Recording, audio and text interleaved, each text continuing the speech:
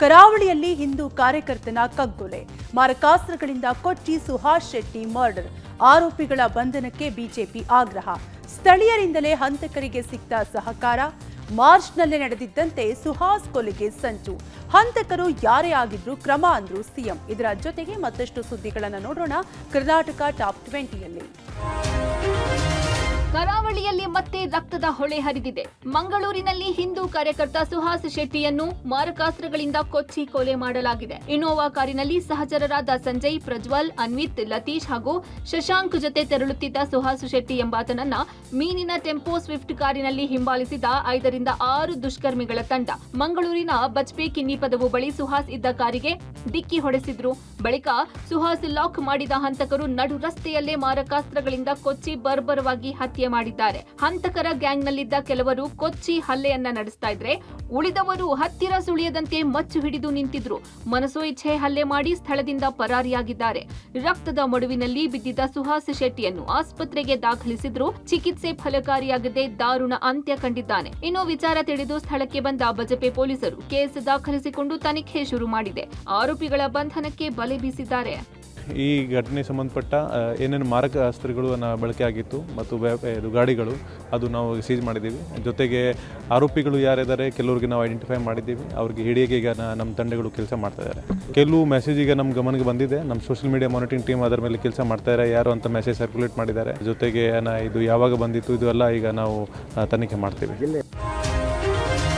ಹಿಂದೂ ಕಾರ್ಯಕರ್ತ ಸುಹಾಸ್ ಶೆಟ್ಟಿ ಹತ್ಯೆ ಹಿನ್ನೆಲೆ ಮಂಗಳೂರಿನ ಎಜೆ ಆಸ್ಪತ್ರೆ ಎದುರು ಭಾರಿ ಸಂಖ್ಯೆಯಲ್ಲಿ ಹಿಂದೂ ಕಾರ್ಯಕರ್ತರು ಸೇರಿದ್ರು. ಆಸ್ಪತ್ರೆಗೆ ಮಾಜಿ ಸಂಸದ ನಳಿನ್ ಕುಮಾರ್ ಕಟೀಲ್, ಶಾಸಕ ಡಾಕ್ಟರ್ ವೈ ಭರತ್ ಶೆಟ್ಟಿ, ಗುರ್ಮೆ ಸುರೇಶ್ ಶೆಟ್ಟಿ ಸೇರಿ ಹಲವರು ಭೇಟಿ ನೀಡಿದ್ರು. ಸುಹಾಸ್ ಶೆಟ್ಟಿ ಹತ್ಯೆಯನ್ನು ಖಂಡಿಸಿದ ಕರಾವಳಿ ಕೇಸರಿ ನಾಯಕರು ಪೊಲೀಸರು ಹಾಗೂ ಸರ್ಕಾರದ ವಿರುದ್ಧ ಕಿಡಿಕಾರಿದ್ರು. ಹಿಂದೂ ಕಾರ್ಯಕರ್ತರ ರಕ್ಷಣೆ ಇಲ್ಲದಂತಾಗಿದೆ. ಇದು ಕುಮ್ಮಕ್ಕಿನಿಂದಲೇ ಹತ್ಯೆಯಾಗಿರೋದು. ತಕ್ಷಣವೇ ಕೊಲೆ ಮಾಡಿದ ಆರೋಪಿಗಳನ್ನ ಬಂಧಿಸಬೇಕು ಅಂತ ಆಗ್ರಹಿಸಿದ್ರು. ಎಲ್ಲರಿಗೂ ರಕ್ಷಣೆ ಕೊಡಬೇಕಾದ್ರೆ ಸರ್ಕಾರ ಇದೆ. ಸರ್ಕಾರ ಪೊಲೀಸ್ ಇಲಾಖೆಯಿಂದ ರಕ್ಷಣೆ. ಪೊಲೀಸ್ ಇಲಾಖೆ ಎಚ್ಚೆತ್ತುಕೊಳ್ಬೇಕಾ ಬೇಡ?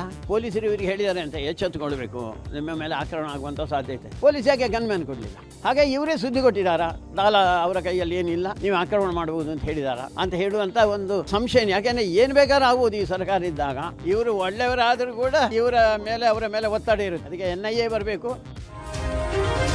ಹಿಂದೂ ಕಾರ್ಯಕರ್ತ ಸುಹಾಸ್ ಶೆಟ್ಟಿ ಹತ್ಯೆ ಪ್ರಕರಣಕ್ಕೆ ಸಂಬಂಧಪಟ್ಟಂತೆ ಹತ್ಯೆಗೆ ಬಳಸಿದ್ದ ಸ್ವಿಫ್ಟ್ ಕಾರು, ಮಿನಿ ಟೆಂಪೋ ಪತ್ತೆಯಾಗಿದೆ. ಆರೋಪಿಗಳ ಕಾರಿನಲ್ಲಿ 2 ಮಾರಕಾಸ್ತ್ರಗಳು ಸಿಕ್ಕಿದ್ದು, ಸುಹಾಸ್ ಬಳಸಿದ ಕಾರನ್ನು ಕೂಡ ಪೊಲೀಸರು ವಶಕ್ಕೆ ಪಡೆದುಕೊಂಡಿದ್ದಾರೆ. ಮಿನಿ ಟೆಂಪೋ ಡಿಕ್ಕಿಯಿಂದಾಗಿ ಸುಹಾಸ್ ಕಾರು ನಜ್ಜುಗುಜ್ಜಾಗಿದೆ. ಹತ್ಯೆ ನಡೆದ ಸ್ಥಳದಲ್ಲೇ ಡ್ಯಾಗರ್ ಪತ್ತೆಯಾಗಿದ್ದು, ಸುಹಾಸ್ ಶೆಟ್ಟಿ ಹತ್ಯೆ ಬಳಿಕ ಹಂತಕರು ಡ್ಯಾಗರ್ ಸ್ಥಳದಲ್ಲೇ ಬಿಟ್ಟು ಎಸ್ಕೇಪ್ ಆಗಿದ್ದಾರೆ. ಇನ್ನು ಕೊಲೆ ಆರೋಪಿಗಳು ಪರಾರಿಯಾಗುವಾಗ 2 ಬುರ್ಖಾಧಾರಿ ಮಹಿಳೆಯರು ಹಂತಕರ ಜೊತೆ ಮಾತನಾಡುತ್ತಾ ಕಾರ್ ಹತ್ತಿಸಿದ್ದಾರೆ. ಈ ಮಹಿಳೆಯರು ಕೂಡ ಕೊಲೆಯಲ್ಲಿ ಶಾಮೀಲಾಗಿದ್ದಾರೆ ಶಂಕೆ ಇದೆ. ಜೊತೆಗೆ ಹಂತಕರು ಪರಾರಿಯಾಗಲು ಸ್ಥಳೀಯ ವ್ಯಕ್ತಿಯೋರ್ವನಿಂದಲೂ ಸಹಕಾರ ದೊರೆತಿದೆ. ಈ ಎಲ್ಲಾ ದೃಶ್ಯಗಳು ಪಬ್ಲಿಕ್ ಟಿವಿಗೆ ಲಭ್ಯವಾಗಿದೆ.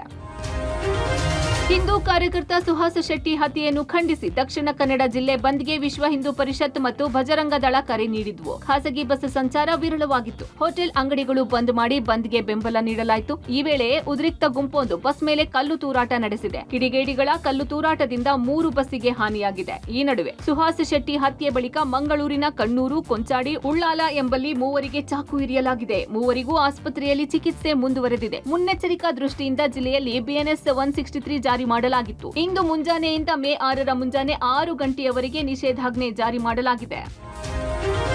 ಸುಹಾಸ್ ಶೆಟ್ಟಿ ಹತ್ಯೆಗೆ ಸಂಬಂಧಿಸಿದಂತೆ ಒಂದೊಂದೇ ವಿಚಾರಗಳು ರಿವೀಲ್ ಆಗ್ತಿವೆ. ಸುಹಾಸ್ ಕೊಲೆಗೆ ಹಂತಕರು ಮೊದಲೇ ಮುಹೂರ್ತ ಫಿಕ್ಸ್ ಮಾಡಿದ್ರು ಅನ್ನೋ ವಿಚಾರ ಬಹಿರಂಗವಾಗಿದೆ. ದುಷ್ಕರ್ಮಿಗಳು ಮಾರ್ಚ್ ತಿಂಗಳಾಂತ್ಯದಲ್ಲೇ ಸುಹಾಸ್ ಕೊಲೆಗೆ ಪ್ಲಾನ್ ಅನ್ನ ಮಾಡಿದ್ರು. ಈ ಕುರಿತು ಹಂತಕರು ಸೋಷಿಯಲ್ ಮೀಡಿಯಾದಲ್ಲಿ ಪೋಸ್ಟ್ ಕೂಡ ಹಾಕಿದ್ರು. ಅಲ್ಲದೆ ಇನ್ಸ್ಟಾಗ್ರಾಂನ ಟಾರ್ಗೆಟ್ ಕಿಲ್ಲರ್ ಅನ್ನೋ ಪೇಜ್ ನಲ್ಲಿ ಹತ್ಯೆಗೆ ಡೇಟ್ ಫಿಕ್ಸ್ ಮಾಡಿ ಸ್ವತಃ ಸುಹಾಸ್ಗೆ ಟ್ಯಾಗ್ ಮಾಡಿದ್ರು. ಫಾಜಿಲ್ ಫೋಟೋ ಜೊತೆಗೆ ಸುಹಾಸ್ ಫೋಟೋ ಹಾಕಿ ರಿವೆಂಜ್ ಸೂನ್ ಎಂದು ಪೋಸ್ಟ್ ಹಾಕಲಾಗಿತ್ತು. ಹಾಗೆಯೇ 2018ರ ಜನವರಿ 3ರಂದು ಮಂಗಳೂರಿನಲ್ಲಿ ನಡೆದಿದ್ದ ಬಶೀರ್ ಹತ್ಯೆ ಆರೋಪಿಯ ಹತ್ಯೆಗೂ ಹಂತಕರು ಪ್ಲಾನ್ ಮಾಡಿದ್ದಾರೆ. ಇನ್ನು ಸುಹಾಸ್ ಶೆಟ್ಟಿಯ ಬರ್ಬರ ಹತ್ಯೆ ಬಳಿಕ ದುಷ್ಕರ್ಮಿಗಳು ಸೋಷಿಯಲ್ ಮೀಡಿಯಾದಲ್ಲಿ ವಿಕೃತಿ ಮೆರೆದಿದ್ದಾರೆ. ಹತ್ಯೆ ಬೆನ್ನಲ್ಲೇ ಟ್ರೋಲ್ ಮಾಯಾಡಿಯಾಕ ಹೆಸರಿನ ಇನ್ಸ್ಟಾಗ್ರಾಂ ಪೇಜ್ನಲ್ಲಿ ಫಿನಿಶ್ ಅಂತ ಸ್ಟೇಟಸ್ ಬರೆದುಕೊಳ್ಳಲಾಗಿದೆ. ಅಲ್ಲದೆ ವೇಟಿಂಗ್ ಫಾರ್ ನೆಕ್ಸ್ಟ್ ವಿಕೆಟ್ ಅಂತಾನೂ ಪೋಸ್ಟ್ ಮಾಡಲಾಗಿದೆ. ಮಂಗಳೂರಿನಲ್ಲಿ ಹತ್ಯೆಯಲ್ಲಿ ಕೊಲೆಯಾಗಿರುವ ಹಿಂದೂ ಕಾರ್ಯಕರ್ತ ಸುಹಾಸ್ ಶೆಟ್ಟಿ 2022 ಜುಲೈ 28ರಂದು ನಡೆದಿದ್ದ ಸುರತ್ಕಲ್ನ ಕಾಟಿಪಳ್ಳಿಯ ಮಂಗಳಪೇಟೆಯ ಮೊಹಮ್ಮದ್ ಫಾಜಿಲ್ ಹತ್ಯೆಯ ಪ್ರಮುಖ ಆರೋಪಿಯಾಗಿದ್ದ ಸುಹಾಸ್ ಶೆಟ್ಟಿ ಕೊಲೆಗೂ ಪ್ರವೀಣ್ ನೆಟ್ಟಾರು ಹತ್ಯೆಗೂ ಸಂಬಂಧವಿದೆ ಎನ್ನಲಾಗ್ತಾ ಇದೆ. ಪ್ರವೀಣ್ ನೆಟ್ಟಾರು ಕೊಲೆ ಪ್ರತೀಕಾರಕ್ಕೆ ಸುಹಾಸ್ ಶೆಟ್ಟಿ ಸುರತ್ಕಲ್ನ ಫಾಜಿಲ್ನನ್ನ ಹತ್ಯೆ ಮಾಡಿದ್ದ ಎನ್ನಲಾಗಿದೆ. ಈ ಸಂಬಂಧ ಸುಹಾಸ್ ಮೇಲೆ ಮಂಗಳೂರು ಪೊಲೀಸರು ರೌಡಿ ಶೀಟ್ ಓಪನ್ ಮಾಡಿದ್ರು. ಇದೇ ಸೇಡಿನ ಮುಂದುವರೆದ ಭಾಗವಾಗಿ ಈ ಕೊಲೆ ನಡೆದಿದೆ ಎನ್ನಲಾಗ್ತಿದೆ. ಸುಹಾಸ್ ಶೆಟ್ಟಿ ಈ ಹಿಂದೆ ಬಜರಂಗ ದಳದ ಗೋರಕ್ಷಾ ವಿಭಾಗದ ಸದಸ್ಯನಾಗಿದ್ದು ಕಳೆದ ವರ್ಷ ಜೈಲಿನಿಂದ ಬಿಡುಗಡೆ ಆಗಿದ್ದ. ಇನ್ನು ಸುಹಾಸ್ ಶೆಟ್ಟಿ ಹತ್ಯೆ ಹಿನ್ನೆಲೆಯಲ್ಲಿ ಪೊಲೀಸರು ಮಂಗಳೂರಿನ ಹಲವೆಡೆ ನಾಕಾಬಂದಿ ಹಾಕಿದ್ದಾರೆ. ಸೂಕ್ಷ್ಮ ಪ್ರದೇಶದಲ್ಲಿ ರಾತ್ರಿ ಇಡೀ ಗಸ್ತು ತಿರುಗಲು ಸೂಚನೆ ನೀಡಲಾಗಿದೆ. ಸಂಜೆ ಸುಮಾರು 8:30 ಸಮಯದಲ್ಲಿ ಮಂಗಳೂರಿನಲ್ಲಿ ಒಬ್ಬ ವ್ಯಕ್ತಿಯ ಹತ್ಯೆಯಾಗಿದೆ. ಬಹಳ ಬರ್ಬರವಾಗಿ ಅವರನ್ನು ಕೊಲೆ ಮಾಡಿದ್ದಾರೆ. ಈಗಾಗಲೇ ಅದರ ಬಗ್ಗೆ ನಾವೆಲ್ಲ ಆ್ಯಕ್ಷನ್ ತಗೊಂಡಿದ್ದೇವೆ. ಯಾರು ಈ ಕೆಲಸ ಮಾಡಿದ್ದಾರೆ ಅವರನ್ನು ಯಾವುದೇ ಕಾರಣಕ್ಕೂ ನಾವು ಬಿಡೋದಿಲ್ಲ. ಹಿಂದೂ ಕಾರ್ಯಕರ್ತ ಸುಹಾಸ್ ಶೆಟ್ಟಿ ಹತ್ಯೆಯನ್ನ ಬಿಜೆಪಿ ತೀವ್ರವಾಗಿ ಖಂಡಿಸಿದೆ. ಸರ್ಕಾರದ ವಿರುದ್ಧ ಬಿಜೆಪಿ ನಾಯಕರು ಮುಗಿಬಿದ್ದಿದ್ದಾರೆ. ರಾಜ್ಯದಲ್ಲಿ ಕಾನೂನು ಸುವ್ಯವಸ್ಥೆ ಸಂಪೂರ್ಣ ಕುಸಿದಿದೆ. ಸುಹಾಸ್ ಹತ್ಯೆ ಪೂರ್ವ ನಿಯೋಜಿತ ಎಂದಿದ್ದಾರೆ. ಕರ್ನಾಟಕದಲ್ಲಿ ಕಾಶ್ಮೀರ ಪರಿಸ್ಥಿತಿ ತರಲು ಯತ್ನಿಸುವಂತಿದೆ. ಪಾಕಿಸ್ತಾನ ಜಿಂದಾಬಾದ್ ಎಂದವರ ಪರ ಸರ್ಕಾರ ಕಾಳಜಿ ತೋರಿಸುತ್ತಿದೆ ಎಂದು ಎಕ್ಸ್ನಲ್ಲಿ ಪೋಸ್ಟ್ ಹಾಕಿದ್ದಾರೆ. ಬಿಜೆಪಿ ರಾಜ್ಯಾಧ್ಯಕ್ಷ ವಿಜೇಂದ್ರ ಮಾತನಾಡಿ, ಕರ್ನಾಟಕದಲ್ಲಿ ಕಾನೂನು ಸುವ್ಯವಸ್ಥೆ ಏನಾಗಿದೆ ಎಂದು ಪ್ರಶ್ನಿಸಿದ್ದಾರೆ. ಆರ್ ಅಶೋಕ್ ಕೂಡ ಸರ್ಕಾರದ ವಿರುದ್ಧ ಮುಗಿಬಿದ್ರು. ಪೊಲೀಸ್ ಇಲಾಖೆ ಸಂಪೂರ್ಣ ವೈಫಲ್ಯ ಕಂಡಿದೆ ಅಂತ ಶಾಸಕ ಸುನೀಲ್ ಕುಮಾರ್ ವಾಗ್ದಾಳಿ ನಡೆಸಿದ್ರು. ಹಿಂದೂ ಕಾರ್ಯಕರ್ತ ಸುಹಾಸ್ ಅವರ ಒಂದು ಬರ್ಬರ ಹತ್ಯೆ ಒಂದು ರೀತಿದು ಪೂರ್ವ ನಿಯೋಜಿತ ಅನ್ನುವುದು ಸ್ಪಷ್ಟವಾಗಿ ಕಾಣ್ತಾ ಇದೆ. ಕರ್ನಾಟಕ ರಾಜ್ಯದಲ್ಲಿ ಕಾನೂನು ಸುವ್ಯವಸ್ಥೆ ಏನಾಗಿದೆ? ಇಡೀ ಮಂಗಳೂರು ಬೆಚ್ಚಿ ಬೀಳುವಂತ ಪರಿಸ್ಥಿತಿಗೆ ಮುಟ್ಟಿದೆ. ಈ ತರದ ಘಟನೆಗಳು ಕಾಂಗ್ರೆಸ್ ಬಂದಾಗ ಮಾತ್ರ ವಿಧಾನಸೌಧದಿಂದ ಹಿಡಿದು ಬಡಾವಣೆಗಳವರೆಗೂ ಪಾಕಿಸ್ತಾನ ಜಿಂದಾಬಾದ್ ಜಿಂದಾಬಾದ್ ಅಂತ ಆಗ್ತಾರೆ. ಪೊಲೀಸ್ ಇಲಾಖೆ ಬಹಳ ದೊಡ್ಡ ಪ್ರಮಾಣದಲ್ಲಿ ತನ್ನ ವೈಫಲ್ಯವನ್ನು ಇದರಲ್ಲಿ ಕಂಡಿದೆ. ಕಳೆದ ಕೆಲವು ತಿಂಗಳುಗಳಿಂದ ಆತನ ಹತ್ಯೆ ಮಾಡುವಂತ ಸಂಚು ರೂಪಿಸಲಾಗಿತ್ತು ಅನ್ನುವಂಥದ್ದು ಇತ್ತೀಚೆಗಳಲ್ಲಿ ಗೊತ್ತಾಗ್ಲಿಕ್ಕೆ ಪ್ರಾರಂಭ ಆಗಿದೆ. ನಾನು ಇದನ್ನ ದೊಡ್ಡ ಪ್ರಮಾಣದಲ್ಲಿ ತನಿಖೆಗೆ ಇದನ್ನು ಆಗ್ರಹಿಸ್ತೇನೆ. NIA ತನಿಖೆಗೆ ಇದನ್ನು ಕೊಡಬೇಕು ಅಂತೇಳಿ ಆಗ್ರಹಿಸ್ತೇನೆ. ಮಂಗಳೂರಿನಲ್ಲಿ ಹಿಂದೂ ಕಾರ್ಯಕರ್ತನ ಹತ್ಯೆಯನ್ನು ಕಾಂಗ್ರೆಸ್ ಕೂಡ ಖಂಡಿಸಿದೆ. ಹಂತಕರು ಯಾರೇ ಆಗಿದ್ರೂ ಕೂಡಲೇ ಕ್ರಮ ಆಗಬೇಕು ಅಂತ ಸಿಎಂ ಸಿದ್ದರಾಮಯ್ಯ ಹೇಳಿದ್ದಾರೆ. ಸುಹಾಸ್ ಹತ್ಯೆ ಕುರಿತು ಸಿಎಂ ನಿವಾಸದಲ್ಲಿ ಮಹತ್ವದ ಸಭೆ ನಡೆಸಲಾಗಿತ್ತು. ಮಂಗಳೂರು ಜಿಲ್ಲಾ ಉಸ್ತುವಾರಿ ಸಚಿವ ದಿನೇಶ್ ಗುಂಡೂರಾವ್, ಪೊಲೀಸ್ ಮಹಾನಿರ್ದೇಶಕ ಅಲೋಕ್ ಮೋಹನ್ ಭಾಗಿಯಾಗಿದ್ರು. ಕಾನೂನು ಸುವ್ಯವಸ್ಥೆ ಮುಂದಿನ ಕ್ರಮಗಳ ಬಗ್ಗೆ ಮಹತ್ವದ ಚರ್ಚೆ ನಡೆಸಿದ್ರು. ಬಿಜೆಪಿಯಿಂದ ಉರಿಯುವ ಬೆಂಕಿಗೆ ತುಪ್ಪ ಸುರಿಯುವ ಕೆಲಸ ಆಗಬಾರದು ಅಂತ ದಿನೇಶ್ ಗುಂಡೂರಾವ್ ಹೇಳಿದ್ರು. ಯಾಕೆ ಮರ್ಡರ್ ಆಗಿದೆ, ಏನ್ ಕಾರಣ, ಇವೆಲ್ಲ ಗೊತ್ತಿಲ್ಲ ನನಗೆ. ಯಾರು ಮಾಡಿದ್ದಾರೆ ಅದಕ್ಕೆ ಕೂಡ್ಲೇನೆ ಅಕ್ಯೂಸ್ಡ್ ಯಾರ್ಯಾರು ಆಗಲಿ ಮನುಷ್ಯನ ಪ್ರಾಣ ಬಹಳ ಮುಖ್ಯ. ಅದಕ್ಕೋಸ್ಕರ ಕೂಡ್ಲೆ ಅಪರಾಧಿಗಳನ್ನ ಪತ್ತೆ ಹಚ್ಚತಕ್ಕಂಥ ಕೆಲಸ ಮಾಡಬೇಕು, ಅವ್ರನ್ನ ದಸ್ತಗಿರಿ ಮಾಡಬೇಕು, ಅವ್ರ ಮೇಲೆ ಕಾನೂನು ರೀತಿಯ ಕ್ರಮ ತಗೊಳ್ತಕ್ಕಂಥದ್ದು ಆಗಬೇಕು ಅಂತ ಹೇಳಿದ್ದೀನಿ. ಇದರಲ್ಲಿ ಯಾವುದೇ ರೀತಿಯ ಹಸ್ತಕ್ಷೇಪ ಅಥವಾ ರಾಜಕೀಯದ ದುರುದ್ದೇಶಗಳು ಏನೂ ಇರುವುದಿಲ್ಲ. ಭಾರತೀಯ ಜನತಾ ಪಾರ್ಟಿ ಅತ್ಯಂತ ಒಂದು ತಪ್ಪಿನ ಒಂದು ಹೆಜ್ಜೆ ಇಡ್ತಾ ಇದ್ದಾರೆ. ನೀವು ಬೆಂಕಿಯನ್ನು ಹಚ್ಚುವಂತ ಕೆಲಸ ಯಾರು ಮಾಡಬೇಡಿ, ಅದನ್ನ ಅರಳಿಸುವಂತ ಕೆಲಸ ಮಾಡ್ಬೇಕು. ನಾವು ಹೆಚ್ಚು ಮಾಡುವಂತದ್ದಲ್ಲ. ಭಾರತ ಸರ್ಕಾರ ಭಾರತೀಯ ಸೇನೆಗೆ ಪರಮಾಧಿಕಾರ ನೀಡಿದ ಬೆನ್ನಲ್ಲೇ ಪಾಕಿಸ್ತಾನಕ್ಕೆ ಯುದ್ಧದ ಭೀತಿ ಎದುರಾಗಿದೆ.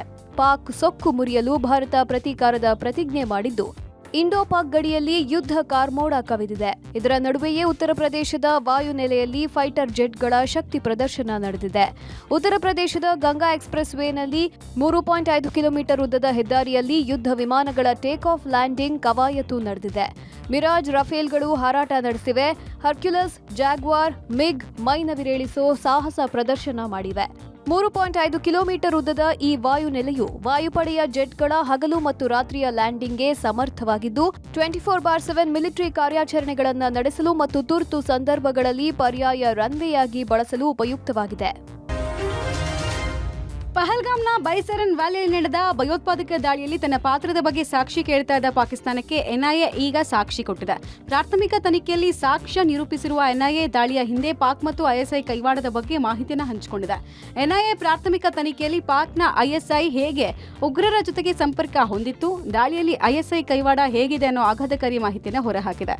ISI ಕಾರ್ಯಕರ್ತರ ನಿರ್ದೇಶನದ ಮೇರೆಗೆ ದಾಳಿ ನಡೆದಿದ್ದು, ಲಷ್ಕರ್ ಎ ತೊಯ್ಬಾ ಕೇಂದ್ರದ ಕಚೇರಿಯಲ್ಲಿ ಪಹಲ್ಗಾಮ್ ದಾಳಿಯ ಬಗ್ಗೆ ಪ್ಲಾನ್ ಮಾಡಲಾಗಿತ್ತು. ದಾಳಿಯ ಕೇಂದ್ರ ಬಿಂದುವಾಗಿದ್ದ ಹಶ್ಮಿ ಮೂಸಾ ಅಲಿಯಾಸ್ ಸುಲೇಮಾನ್ ಮತ್ತು ಅಲಿಭಾಯ್ ಅಲಿಯಾಸ್ ತಲ್ಹಾಬಾಯ್ ಅಂತ ಗುರುತಿಸಲಾಗಿದೆ.